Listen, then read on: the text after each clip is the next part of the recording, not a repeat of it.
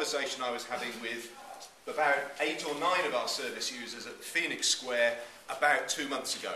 And we were talking about some of the big issues that are affecting homeless people in the city at the minute. We were talking about the availability of affordable housing. We were talking about worklessness. We were talking about issues like personalisation and the benefit reforms and how they're going to affect people. And by the time we got to the end of that meeting, we thought, look, we have got to have an opportunity to talk to our potential elected mayor about just these kind of issues. And a few weeks later, I started to have a conversation with John, and we began to say, well, do you know what? There are quite a few different parts of our community that aren't having a big voice in the electoral debates so far, and we wanted to fill that. And John, I don't know if you want to chip in a bit here and say what this means for you tonight, but actually that's where our discussion started. Absolutely. I mean, it started really when we were talking about Down Not Out, which is a news agency that we've jointly started together. You're the lead agency on it for homelessness. And it's not just about rough sleeping. You know, homelessness is so much more than just rough sleeping, which is easy to park. Just like as soon as you talk about LGBT issues, as soon as you mention HIV and AIDS, it allows people to park the LGBT issue, pretty much as it was done at the DMU Hustings.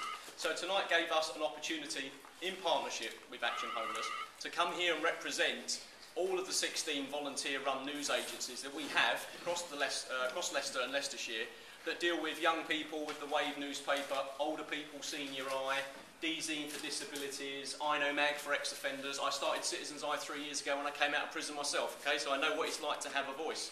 And what I suddenly realised was I've been to all of the hustings so far, yeah, and DMU's was very much about putting and positioning DMU in its position in the political arena. I think if we're honest, BBC was very much about telling people somewhere in the city and definitely out in the county about the candidates, yeah, and I've been to a few single issue ones. LGBT, arts was an interesting one, again very specific, whereas tonight really I think, you know, I'd like to say to the candidates, I think you can expect a bit of a tough crowd, not necessarily around politics and things like that, but I think the things you're going to have to deal with in the first 100 days are going to be a lot around cuts in frontline services. And here we've got organisations, and I can see some of the heads of organisations that I work with nodding now across all of those sectors, especially homelessness, refugee and asylum seekers, and older people. And again, a lot of the service users here as well will be the ones that ultimately will be the first people knocking on your door, because as soon as cuts come through that you're having to manage, it will be these people, yeah?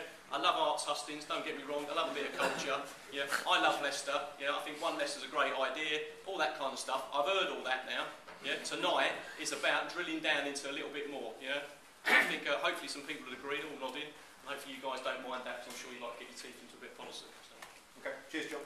Okay, without further ado, let's give our 9 candidates